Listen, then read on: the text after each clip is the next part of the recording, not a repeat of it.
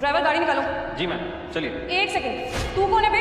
Madam, वो आपके driver है ना अनिल जी, मैं उन्हीं का बेटा हूँ। उनके आज सर में बहुत ज्यादा दर्द हो रहा था और उनकी तबीयत भी बहुत ज्यादा खराब थी, तो इसलिए आज उनके बदले मैं आया हूँ। अच्छा ठीक है, समझ गई कि तेरे बाप ने तेरे को भेजा आज, लेकिन तेरी ड्राइवर की यूनिफॉर्म कहाँ है? मैम यूनिफॉर्म वो क्या है ना, आज तो मैं पहली बार यहाँ पे आया हूँ, वो भी इस काम में। और मैंने पापा की यूनिफॉर्म पहनने की कोशिश की, बट वो बहुत ज्यादा टाइट थी, वो मेरे आई नहीं। अब अर्जेंट में मेरे को आपके पास आना था क्योंकि आपकी मीटिंग है, और इतनी अर्जेंट में तो कोई भी यूनिफॉर्म अरेंज नहीं हो पाती ना, तो इसलिए मेरे को ऐसे ही आना पड़ा। यार प्रॉब्लम क्या है तुम लोगों की, मुझे समझ में नहीं आता। कल शाम को ही मैंने तेरे बाप को बोला था कि मेरी आज बहुत ज्यादा इंपॉर्टेंट मीटिंग है, और उसने आज बीमारी का बहाना करके तेरे को यहाँ पे भेज दिया।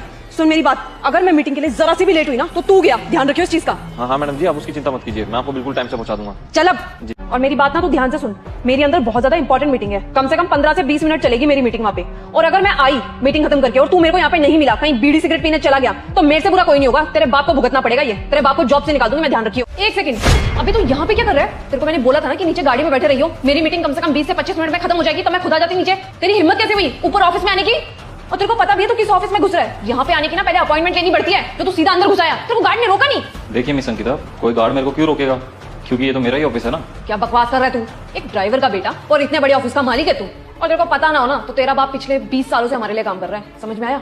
देखिए मैम, मैं आपसे मजाक नहीं कर रहा हूँ, इस कंपनी का ओनर मैं ही हूँ, और आपकी जिससे डील होने वाली है ना आज, वो भी मैं ही हूँ, मिस्टर राहुल शर्मा। चाहे तो आप चेक कर लीजिए। और मैं जानता हूँ कि मेरे पिताजी आपके यहाँ पर पिछले 20 सालों से काम कर रहे हैं, वो भी ड्राइवरी का। और मेरे को ये बताने में बिल्कुल भी शर्म नहीं है, क्योंकि जो मेरे पिताजी हैं वो उसूलों के बहुत पक्के हैं। क्योंकि क्या है ना मैडम, जब हम लोग कुछ भी नहीं थे तब आपके पिताजी ने मेरे पापा का साथ दिया था और उनको नौकरी पे रखा था, जिसकी वजह से मैं पढ़ाई लिखाई कर पाया और आज इस काबिल बन पाया। सॉरी सर, बट मेरे को पता नहीं था कि आप इस कंपनी के असली ओनर हो। वो आपके पापा हमारे यहाँ पे 20 सालों से काम कर रहे हैं, उन्होंने कभी इस तरीके से बताया नहीं कि उनके बेटे ने इतनी बड़ी बड़ी अचीवमेंट हासिल कर रखी है, तो मैंने आपसे बदतमीजी कर दी। मुझे पता नहीं था शर्मा इंडस्ट्री के मालिक आप हैं, वरना आप खुद सोचिए ना सर, मैं आपसे इतनी बदतमीजी से बात क्यों करती।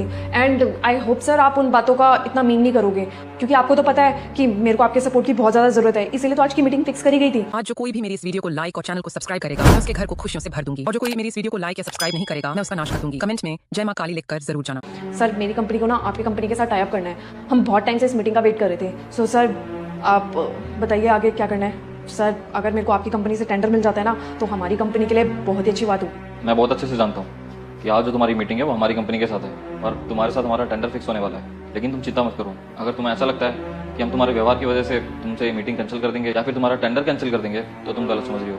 हम टेंडर देंगे सामने वाले को उसकी काबिलियत देखकर, और आपके अंदर वो काबिलियत है। मैं चाहता तो ये टेंडर कैंसिल भी कर सकता था, क्योंकि तुमने मेरे पिताजी की इतनी बेइज्जती जो करी है, लेकिन अगर मैं ऐसा करूंगा तो आपके अंदर और मेरे अंदर फर्क क्या रह जाएगा?